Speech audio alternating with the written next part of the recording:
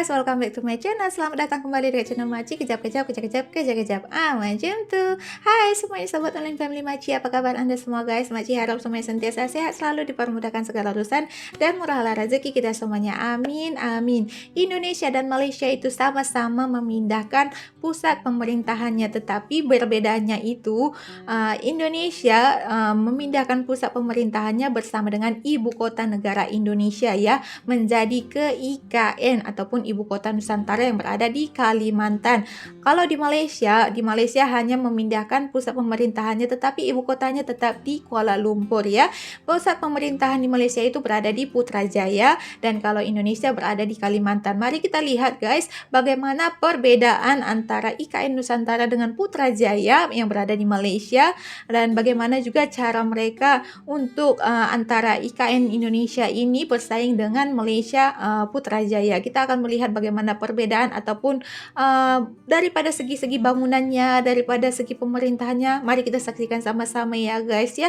Video ini Maci lihat daripada channel Lensa Proyek. Seperti biasa Maci akan tiap punya link nanti dekat deskripsi box. Jangan lupa tekan link itu, sama-sama kita support channel Lensa Proyek. Dan seperti biasa juga jangan lupa tetap support channel Maci. Mari saksikan sama-sama videonya guys. Langsung saja kita dengarkan sama-sama. Let's go. Mari kita lihat, ini dia. Indonesia dan Malaysia sama-sama memindahkan pusat pemerintahannya. Ya. Banyak yang keliru menganggap perpindahan ibu kota Indonesia serupa dengan yang dilakukan Malaysia. Namun, sejatinya sama sekali berbeda guys. Iya, berbeda. Malaysia hanya pindah pusat pemerintahannya saja, Ya. ibu kota Malaysia tetap di Kuala Lumpur. Jarak Putrajaya dari Kuala Lumpur hanya 25 km. Sedangkan jarak ibu kota Nusantara dari Jakarta mencapai 1.200 km. Jauh. Perbedaan lainnya, kita bahas dua-duanya. Oke, mari kita bahas Kota dua-dua. Putrajaya adalah sebuah pusat administrasi pemerintahan, pemerintah federal. Ya. Malaysia menggantikan Kuala Lumpur. Kota ini didirikan pada tanggal 19 Oktober 1995 dan memiliki luas 46 km persegi. Ya. Nama Putrajaya diambil dari nama Perdana Menteri Malaysia pertama, Tunku Abdul Rahman Putra. Oh. Putrajaya terletak sekitar 25 km dari Kuala Lumpur, dibangun atas gagasan mantan Perdana Menteri Tun Dr. Mahathir Mohamad. Kota ini dirancang sebagai simbol kemajuan, efisiensi, dan identitas Islam Malaysia. Kota ini bukan sekadar kumpulan gedung-gedung pemerintahan, Ya. tetapi juga sebuah mahakarya arsitektur yang memadukan keindahan alam dengan sentuhan modern. Iya. Saat ini ada 30 bangunan yang mengusung konsep green building. Iya. Perjalanan menuju Memang di sana Putrajaya sangat membawa cantik kita guys, melewati Putrajaya. jalan-jalan lebar Bersih. yang diapit oleh taman-taman hijau yang terawat rapi. Danau buatan yang luas, Danau Putrajaya, Iya. menjadi jantung kota, memantulkan bayangan bangunan-bangunan ikonik yang mengelilinginya. Iya, benar Masjid banget. Putra, dengan kubah merah mudanya yang khas, menjadi simbol kebanggaan Putrajaya. Ini Masjid Masjid ini Putrajaya. tidak hanya menjadi tempat ibadah, tetapi juga daya tarik wisata yang memukau Ya, dengan benar. arsitektur Islam modernnya. Dataran Putra, sebuah alun-alun luas, menjadi pusat kegiatan budaya dan hiburan. Disinilah berbagai acara nasional dan internasional diadakan, Iya. menampilkan kekayaan budaya Malaysia yang beragam. Jembatan Putra, dengan desainnya yang megah, menghubungkan bagian-bagian kota, menawarkan pemandangan indah danau dan lanskap kota yang menakjubkan. Iya. Putrajaya adalah kota yang hidup dengan denyut nadi pemerintahan yang kuat, namun tetap mempertahankan keindahan alamnya. Iya, benar banget. Kota ini adalah bukti nyata visi Malaysia untuk menjadi negara maju yang modern, tanpa melupakan akar budayanya. Di Putrajaya terdapat sebuah danau buatan yang memiliki luas 650 hektar dan berbentuk melingkar. Danau yang memiliki kedalaman hingga 14 meter dirancang sebagai sistem pendingin alami kota sekaligus fasilitas rekreasi, memancing, olahraga air, dan transportasi air. Di Danau Putrajaya juga ada kapal wisata yang bernama Krus Tasik Putrajaya. Selain itu juga ada 4 taman yang memiliki tema berbeda. Pertama adalah Taman Wetland, lahan basah air tawar terbesar yang dibangun di daerah tropis. Ini adalah lahan basah buatan manusia pertama di Malaysia yang mencakup taman lahan basah. Iya. Taman warisan Benar pertanian, banget. taman edukasi dengan informasi tentang pertanian lokal, berbagai toko souvenir dan makanan, taman saujana hijau, taman yang memiliki panorama luas dan sering digunakan sebagai tempat favorit untuk berlari dan bersepeda, Ya. dan taman cabaran, Tempat paling enak taman untuk seluas jogging. 30 hektar yang memiliki beberapa wahana olahraga ekstrem, di antaranya wall climbing, area skateboard, dan area sepeda gunung. Tidak hanya itu, jalanan di Putrajaya juga dirancang ramah untuk pejalan kaki dan jalur sepeda. Iya. Setiap melintasi jalan utama, selalu ada warga yang bersepeda. Seluruh area di Putrajaya juga diawasi oleh kamera pengawas dan banyak tersebar tombol darurat. Berbagai gedung pemerintahan federal Malaysia sudah pindah dari Kuala Lumpur ke Putrajaya, contohnya adalah Kementerian Keuangan, Mahkamah Agung, Kementerian Perhubungan, Kementerian Agama, dan Kantor Perdana Menteri. Iya. Ketika memindahkan pusat pemerintahan dari Kuala Lumpur ke Putrajaya, Cantik pemerintah banget tuh Malaysia masjidnya, memberikan guys. insentif untuk karyawan pemerintah yang pindah ke Putrajaya, mulai dari penambahan insentif gaji hingga pemberian rumah dinas. Perbadanan Putrajaya, lembaga yang mengurus kota, mengatur semua area tempat tinggal, dibagi dalam beberapa area yang disebut dengan presin. Setiap presin memiliki sekolah, bisa ditempuh dengan berjalan kaki dari area perumahan, rumah sakit, masjid surau, dan infrastruktur pendukung lainnya. Saat ini jumlah penduduk di Putrajaya 300.000 orang dan pemerintah menargetkan jumlah penduduk sebanyak 360.000 orang di tahun 2025 ini. Pembangunan Ibu Kota Negara Baru Indonesia dikenal dengan singkatan IKN. IKN. Ibu Kota Nusantara pasti sudah sampai di telinga Anda. Iya. Sesuai dengan namanya, IKN akan dibangun dengan tujuan mencapai target Indonesia sebagai negara maju, sesuai visi Indonesia Emas 2045. Ide pemindahan ibu kota negara pertama kali dicetuskan oleh Presiden Soekarno tanggal 17 Juli 1957. Soekarno memilih Palangkaraya sebagai ibu kota negara dengan alasan Palangkaraya berada di tengah kepulauan Indonesia dan wilayahnya luas. Soekarno juga ingin menunjukkan kepada dunia bahwa bangsa Indonesia mampu membangun ibu kota negara yang modern. Ide Soekarno tersebut tidak pernah terwujud. Sebaliknya, Presiden Soekarno menetapkan Jakarta sebagai ibu kota negara Indonesia tahun 1964. Pada masa Orde Baru, tahun 1990, ada juga wacana pemindahan ibu kota negara ke Jonggol. Pada era Presiden Susilo Bambang Yudhoyono, wacana pemindahan ibu kota negara muncul kembali karena kemacetan dan banjir yang melanda Jakarta.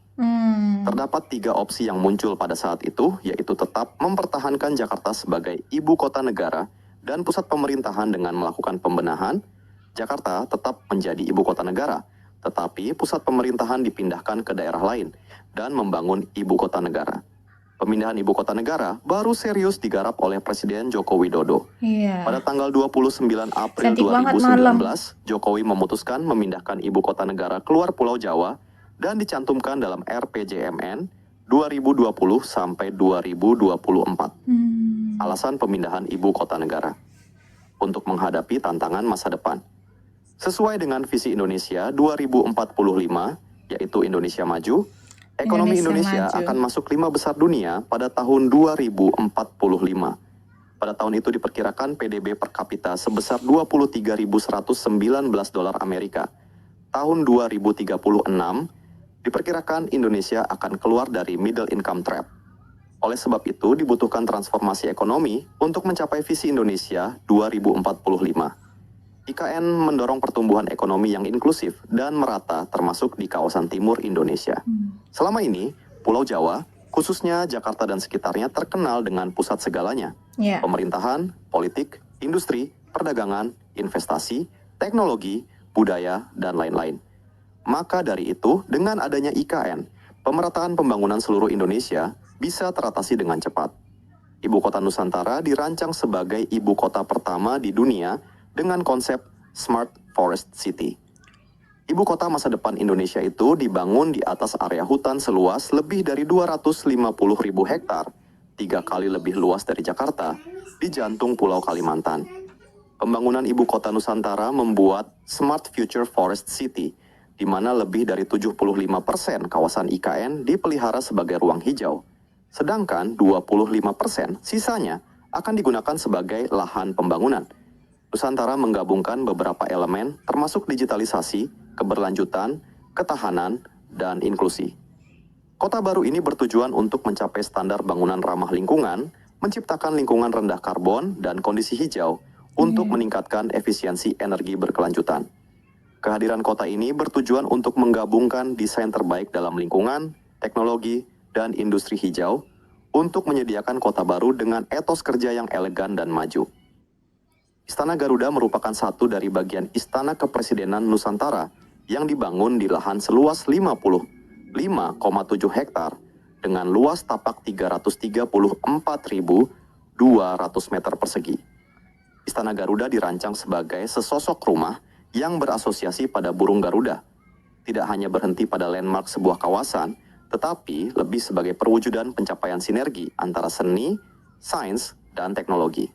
Perpaduan ketiganya selalu mewarnai keberadaan bangunan-bangunan ikonik di seluruh dunia. Desain Istana Garuda akan benar-benar ditransformasikan dan diwujudkan dalam sebentuk pola arsitektur, dengan mempertimbangkan aspek-aspek estetik, nilai guna, serta manfaat bagi kemajuan dunia pariwisata tanah air. Burung Garuda menjadi desain karena kaitannya yang sangat erat dengan Indonesia, dengan berbagai perbedaan, segala silang pandang, segala keragaman adat istiadat dan perilaku, dan perbedaan kepercayaan dan agama. Garuda merupakan simbol persatuan. Apalagi Garuda juga menjadi bagian dari lambang negara, Bhinneka Tunggal Ika.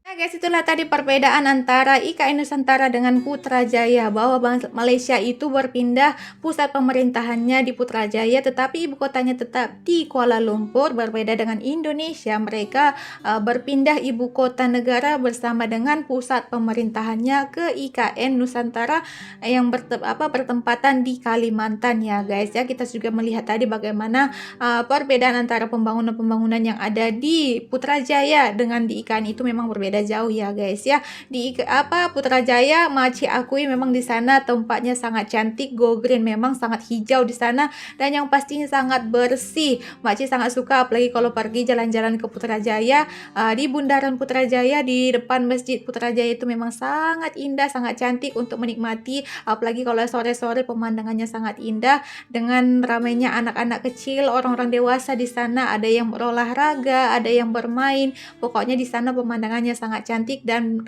jauh daripada kemacetan ataupun banyaknya kendaraan yang selalu lalu lalang, daripada berbeda di Kuala Lumpur gitu ya guys ya. Kalau di Kuala Lumpur itu memang sangat-sangat macet banget jalannya, tapi kalau di Putrajaya tidak ya guys ya. Itu makcik sangat suka karena Putrajaya dengan rumah makcik itu nggak jauh, hanya memakan waktu kurang lebih 20 menit saja.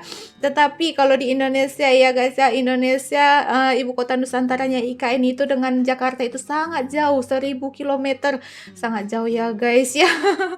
Jauh banget itu. Tetapi apapun kita doakan semoga pembangunan IKN ini secepatnya berlangsung selesai, dimana sekarang ini sudah kita ketahui bahwa pembangunan di IKN itu sudah hampir rampung, 90% sudah mau siap ya guys ya. Semoga kedepannya nanti ibu kota Nusantara ini bisa seutuhnya berproses ataupun seutuhnya boleh dijalankan menjadi pusat pemerintahan Indonesia, supaya perekonomian Indonesia ke depannya semakin maju lagi guna membawa Indonesia ke arah negara yang lebih maju lagi. Amin amin. Pokoknya walaupun mereka berbeda, Indonesia dengan Malaysia ini pusat pemerintahannya, tetapi sama-sama di pusat pemerintahan kita harus sama-sama saling mendukung kemajuan antara dua negara ini ya guys ya. Malaysia dengan Indonesia semoga kedepannya menjadi negara yang lebih maju lagi, menjadi negara yang lebih berkembang. Itu saja video kita untuk hari ini nih guys. Sampai di sana video kita, jumpa lagi di next video. Bye bye. Assalamualaikum.